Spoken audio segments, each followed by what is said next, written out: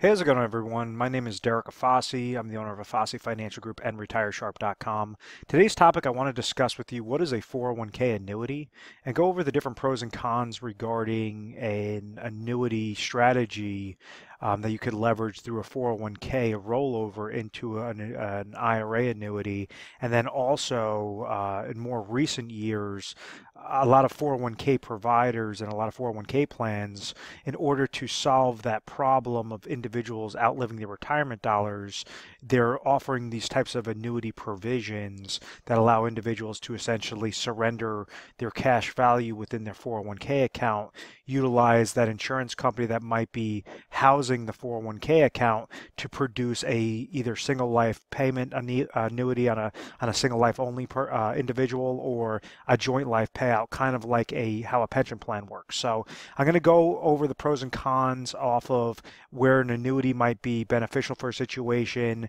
where a 401k is going to be more beneficial, and then if you're offered this annuity provision within your 401k, whether or not that makes sense to go and trigger that specific option. So first off, what is a 401k, and then what is an annuity, and then how do annuities work in conjunction with 401k accounts?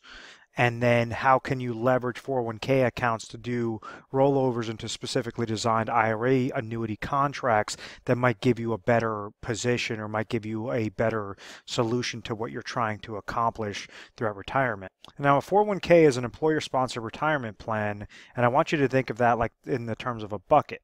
So what's happening is an individual is working for a private institution. If they were working for a state or nonprofit organization, they might be offered something known as a 403b.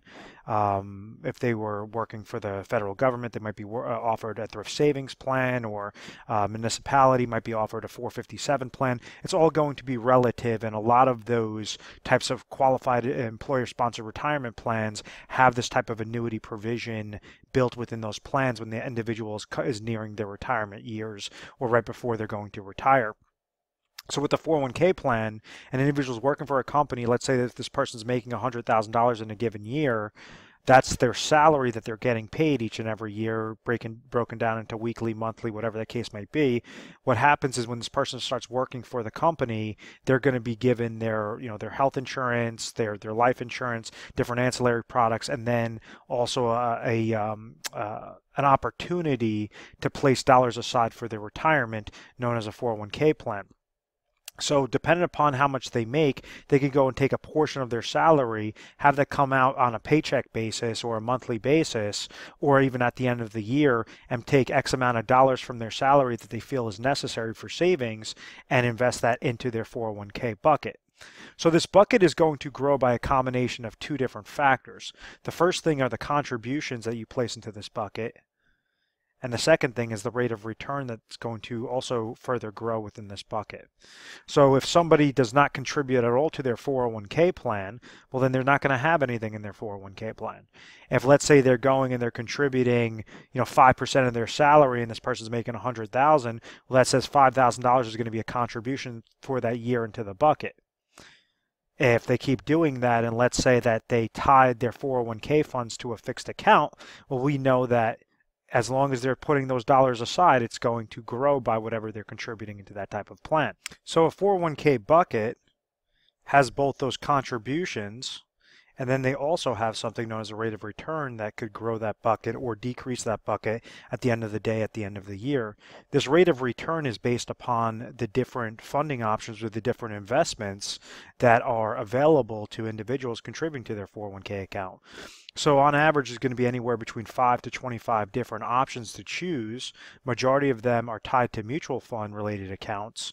So they might have like an aggressive portfolio that's tied to the stock market, a combination of stocks and bonds with different mutual funds, maybe a moderate portfolio, maybe you might have something known as target date funds, different things that an individual could go and allocate percentages of their dollars or percentages of their accounts to say, okay, we're going to throw 25% into a Fidelity Contra fund, we're going to throw another 25% into a PIMCO total bond fund.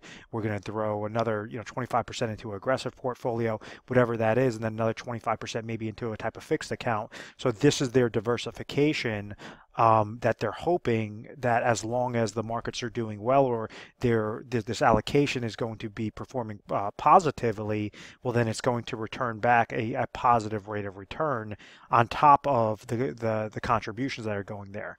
So a case in point would be from like the 1980s through 2000. We saw the largest growth into the stock market. There's over a 1,000% growth into the market. So individuals that were investing their dollars in their 401k accounts, and they were investing those aggressively, were able to at least capture a lot of those positive impacts that the stock market provided. So they were getting, they were obviously, their accounts were growing by the contributions, and that rate of return was positive, so they had the power of compound interest working in a positive direction. Well, unfortunately, when you had the little hiccups in the market, the different bubbles bursting, the tech bubble bursting in 01, you had obviously the Great Recession over in 2008. This made investing very realistic, that not everything's guaranteed to go up, and individuals really have to segment a specific plan to prevent any sort of downward market disasters. What I mean by that is you had individuals that had $1 million in their 401k account walking into 08, and they walked out of 08 with 700,000. You had individuals that walked into 08 with 400 grand, walked out of 08 with $200,000. Very large losses that had a significant impact on when that individual was able to retire, and if they were already retired, had a very significant impact, because now they were pulling monies from that account, and that account dropped down, and they were still paying different 401k related fees. So instead of the compound interest working in a positive direction, that compound interest went against their accounts and liquidated their accounts very, very quickly. That's obviously a problem. So when you have annuity contracts, what exactly is an annuity contract, or what's a type of annuity account? An annuity is the opposite of life insurance, where life insurance protects an individual from dying too soon, protects the beneficiaries and the family of that individual dying too soon, paying out a lump sum to those beneficiaries. An annuity protects an individual from living too long. So they have subsequent payments that are getting paid out for however long that individual lives. Why is that important? It's important because, let's say if you had a bucket of money, if somebody had $100,000 in cash, and they decide, okay, I want to retire, I'm currently age 60, and I need to pull out $10,000 of income every single year to the day that I pass away. Well, if they pull out $10,000 and it was in a cash bucket, well, we understand that this person would outlive their money by age 70. They would have no more money left, because they would have siphoned through this bucket $10,000, and therefore after that 10th year, there's nothing there left to pull from. So an annuity contract could be, you're basically leveraging an insurance company, you're leveraging their actuarial data, their mortality tables, to say, okay, I have $100,000, let me purchase an annuity contract, and this is just a hypothetical example, but let's say we have that same 60-year-old, and let's call him male, age 60, and they say I have $100,000, they go to an insurance company, and the insurance company might say, okay, we're going to pay you $10,000 to the day that you pass away. So what this says is, if this person lives past that 10-year mark, for this really easy math, well, then every year that they live past that age 70, they're now dipping into the insurance company's pockets of pure profit of $10,000, $10,000, $10,000, because they would have surrendered $100,000 to the insurance company, and the insurance company would have given them a contractual agreement, a contractual guarantee that says, yes, we'll pay you $10,000 every single year until the day you die. So if this person passes away at age 90, he would have given a lump sum of $100,000 and received $300,000 back from the insurance company. That was obviously a good move for the individual. Let's say if this person went and started pulling out those monies, let's say he passed away after 2 years, well, they would have paid $10,000, $10,000, $20,000 would have been paid to that individual, and now $80,000 was left over to the insurance company, and now the insurance company made an $80,000 profit. So therefore, the insurance company would have won it in that scenario. If you understand that concept, those are the very basic components of how an annuity works. So individuals have been frustrated because essentially their entire retirement livelihood is all based in their own hands. You know, they were 401k related accounts first came out in 1978 after there was a rule passed, branch of the government known as ERISA that was created in 1974. And what it did was it took the risk from the employer creating a set defined benefit retirement plan known as a pension plan for individuals that say you're going to work for a company for 20, 30 years. After you're done working for the sufficed X amount of years of service, when you retire, you're going to be receiving payments every single month to the day that you pass away or you and your spouse pass away. So that's something known as a pension plan. It's something known as a defined benefit plan because employers would define exactly what that benefit is. Pension plans are still around. It's very rare today, but they are still in existence. So when ERISA was created and you had the implementation of 401k accounts, what it did was it allowed individuals to control their own retirement. It took the risk off of the employer's books, threw it on the employee and said, hey, listen, we have a type of retirement bucket that you could invest your dollars into. You could take portions of your salary, invest that into a type of retirement bucket, and then try to get a high rate of return with your contributions and the rate of return, grow this bucket, and then when it hits retirement age, it's all on you. You have to figure out how to invest this even in your retirement years, make sure that you're triggering income and making sure that you're not running your well dry. So that's obviously a problem. So a couple of years back, you had a lot of 401k providers that they started implementing annuity provisions in their 401k plans, and they're saying, okay, well, you have lump sum in this 401k.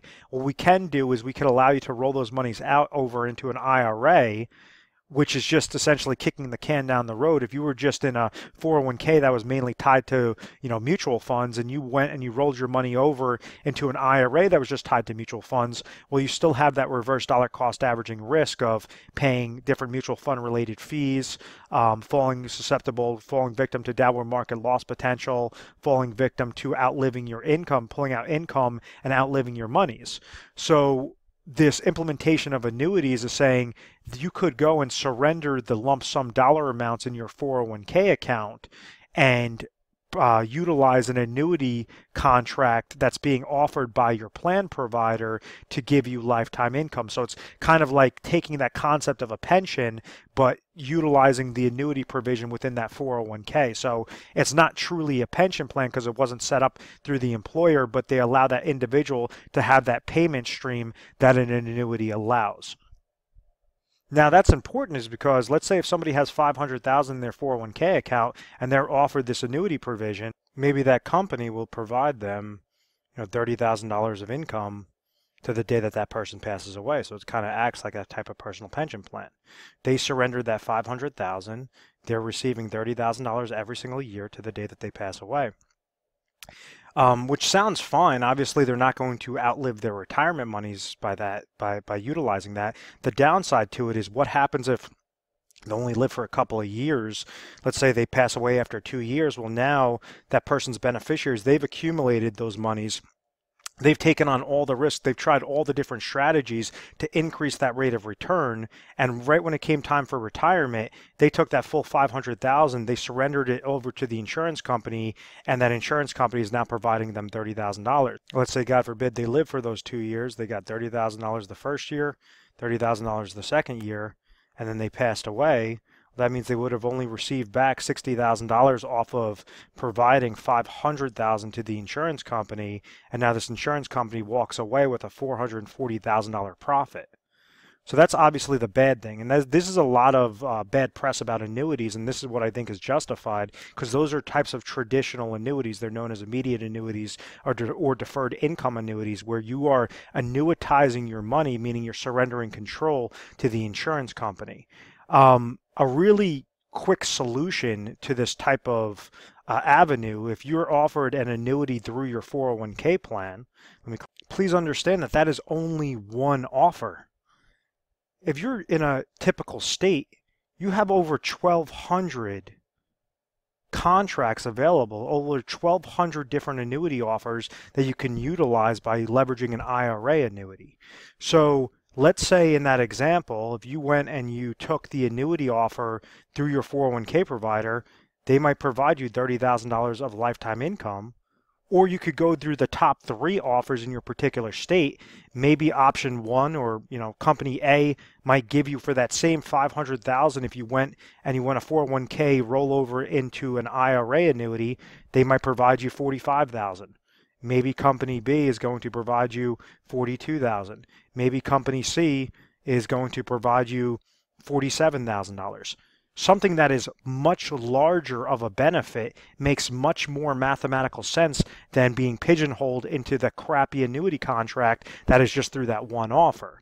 So, please understand, this is usually the case is whenever individuals are looking to go and trigger their annuity options through their 401k, majority of times it's a really crappy offer, but individuals do not know that they were eligible to go and take the 401k, roll that over into specifically designed IRA annuity, and make sure that they are getting the best bang for their buck, if that is one of their major goals. What we like to try to always educate individuals on is give them the most flexibility, give them the most options available, the most options possible. And we break it down into 3 different segments. And I talk about this on a lot of my videos. I said there's 3 things that every individual needs to figure out before they're retired, or if they're currently retired, how to stay retired forever. So let's say if this person went and they were working for a company at 30 years of age, and let's say they were working there for the next 35 years, they're age 65 currently. Let's say that they have $500,000 that's currently sitting in their 401k account, just like that other example. And now they say, okay, I want to retire. I want to trigger, I want to utilize Medicare. I want to trigger my Social Security income. And I want to leverage a portion of my $500,000. I don't know if it makes sense to trigger my annuity within my 401k account and surrender all those monies. Should I just go and roll that money over into an IRA annuity, 100%? Or should I go and try to splice these dollars into specifically designed IRA contracts to make sure it's sufficing to the decimal point what my goal is? Obviously, we recommend the latter.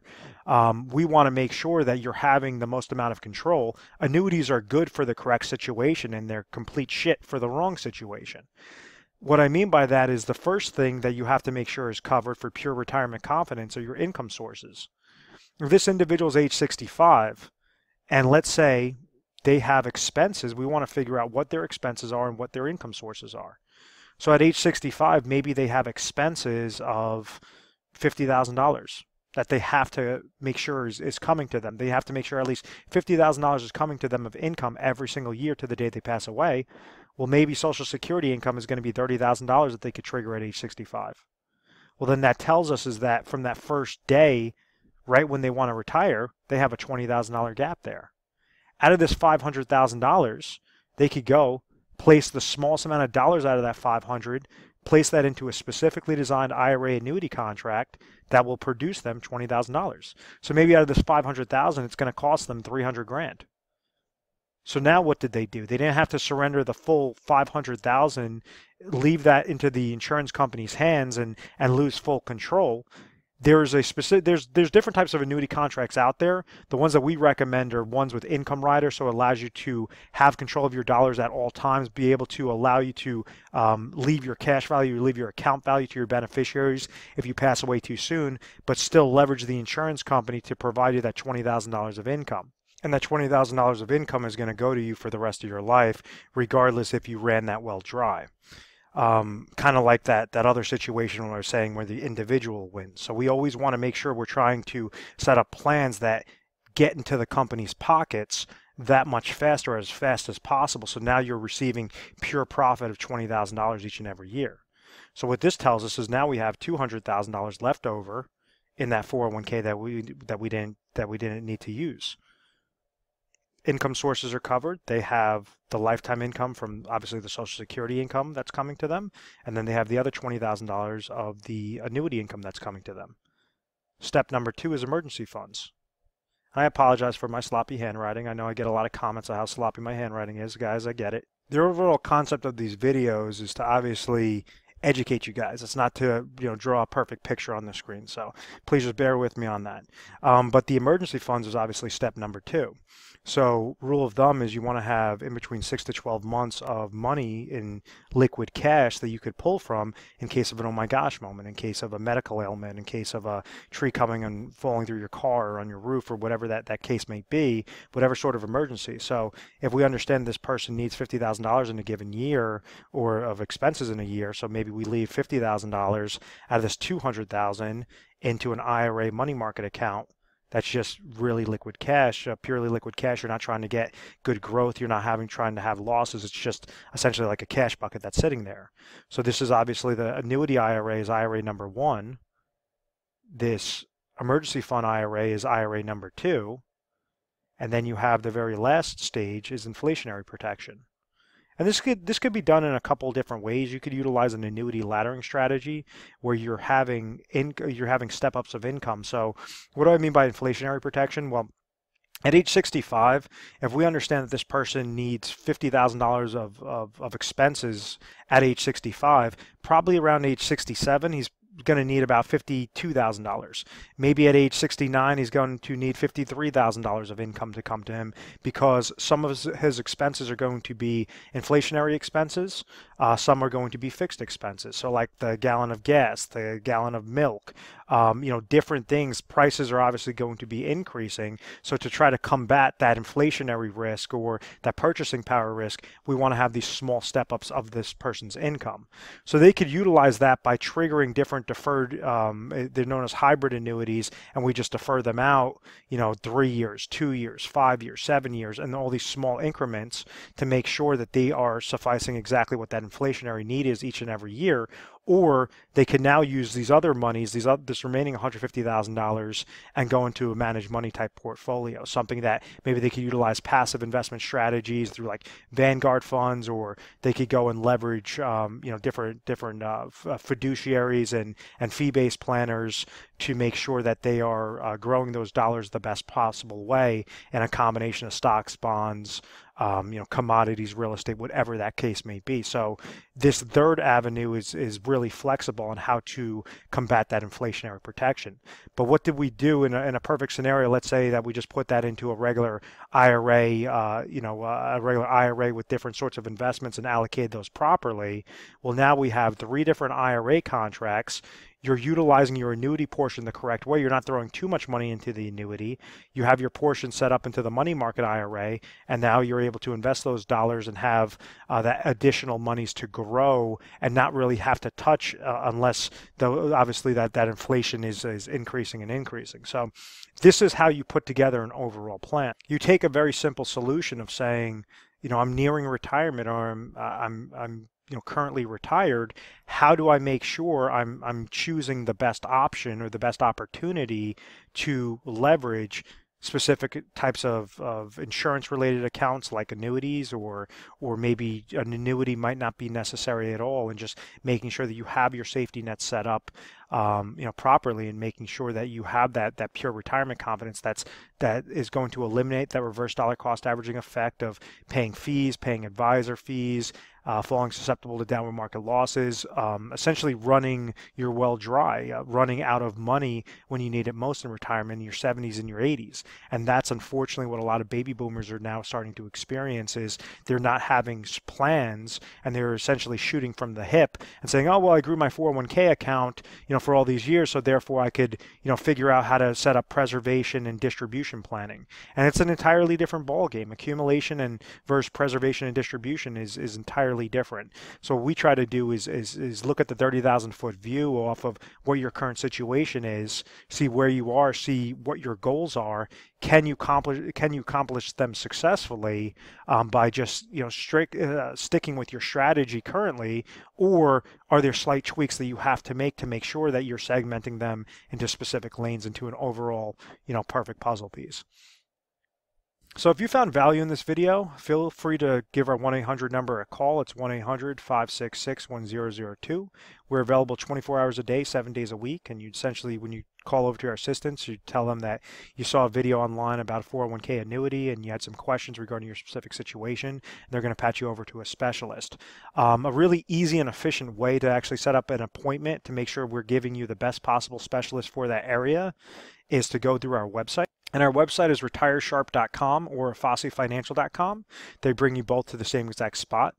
And what's going to happen is on the bottom right-hand side, you're going to see a little schedule your phone meeting is going to be able to pop up and allow you to book your strategy session directly with us. So you could see our appointment schedule, or you could set it up for a more convenient time, and then we'll make sure that somebody is available to take your phone call at that time and try to help you out best way possible. But after you're dealing with a specialist, they're going to ask you a slew of questions, try to figure out your situation, and then we try to educate first and foremost through literature pieces, personalized videos, just different virtual conversations, different things to make sure you're comfortable.